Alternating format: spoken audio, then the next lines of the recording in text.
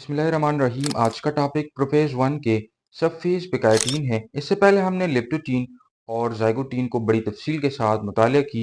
आज की इस वीडियो में हम पिकाइटीन को डिस्कस करेंगे कि इसके अंदर कौन कौन से अहम इवेंट्स होते हैं। सो पिकाइटीन is a third substage or subphase of prophase 1. It follows zygotein and precede deplutein. ये zygotein के बाद और deplutein से पहले वाला मरहला है। The word picatinine comes from Greek meaning thick thread. पिकाइटीन का जो लफ्ज़ है ये ग्रीक ज़बान के लफ्ज़ से निकला है कि जिसका माना है मोटे धागे। इसको मोटे धागे इससे इसलिए ताबीर किया गया है क्योंकि अगर हम उसके अंदर देखें, जो कि हम आने वाले पॉइंट्स के अंदर डिस्कस भी करेंगे, क्योंकि इसके अंदर जो क्रोमोसोम्स होती हैं वो क्या करते हैं कि वो मोटे हो जाते हैं, वो कंडेंस हो जाते हैं और प्रॉपरली वो नज़र भी आते हैं माइक्रोस्कोप के अंदर। सो इसलिए उनको बोलते हैं पिकाइटीन। यानी जो बेसिक उनका इवेंट है वो क्या है, वो कंडेंसेशन ऑफ क्रोमोसोम्स हैं कि विजिबल फॉर्म बना लेते हैं। सो इसलिए उनको पिकाइटीन से ताबीर किया गया है। Because chromosomes appear thick and condensed during this stage, इस मरहला के अंदर क्रोमोसोम्स मोटे और ज़्यादा सिकुड़े हुए नजर आते हैं। Picatinine is the most important phase because genetic recombinations means crossing over occur in this phase. ये मरहला इस हवाले से बहुत अहमियत का हामिल है क्योंकि इस मरहला के अंदर क्रॉसिंग ओवर होता है जिसमें जीन्स का तबादला होता है।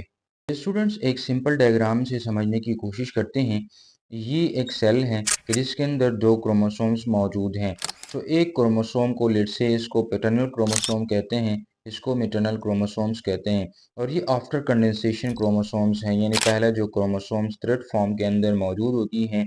सो फिर इसके बाद उनकी कंडेंसेशन होती है, यानी पहले क्रोमेटिन मटीरियल होता है, फिर इसके बाद उनकी कंडेंसेशन होती है और प्रॉपरली क्रोमोसोम्स की एक स्ट्रक्चर बना पाती हैं। सो ये क्रोमोसोम्स क्या करते हैं, ये इस तरह करीब आते हैं और इसके करीब आने के नतीजे में इसके जो ये सेगमेंट्स हैं ये तब्दील हो जाते हैं।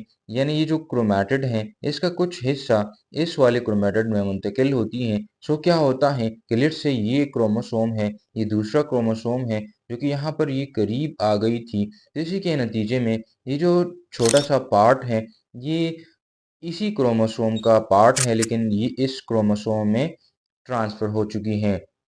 अब यहाँ पर आप लोग देख सकते हैं कि जो छोटा सा सेगमेंट है, छोटा सा पार्ट है, हिस्सा है, ये इसी क्रोमोसोम का हिस्सा था, लेकिन यहाँ करीब आने के नतीजे में ये वाला इसका हिस्सा इसको मुंतकिल हो चुका है। सो इसको बोलते हैं क्रॉसिंग ओवर।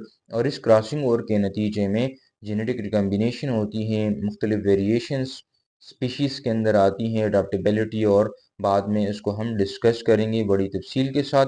सो हमने डिस्कस की कि क्रोमोसोम जो कि सेल के अंदर मौजूद होती हैं करीब आती हैं, करीब आने के नतीजे में उनके कुछ सेगमेंट्स एक दूसरे के अंदर तब्दील कर जाते हैं, ट्रांसफ़र कर जाते हैं और इसी प्रोसेस को बोलते हैं क्रॉसिंग ओवर।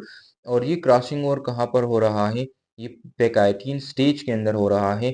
सो ये जो पॉइंट है ये आप लोगों ने याद रखनी है क्योंकि एमसीक्यूज़ के अंदर कभी कभार आते हैं कि पिकाइटीन प्रोसेस अकर इन।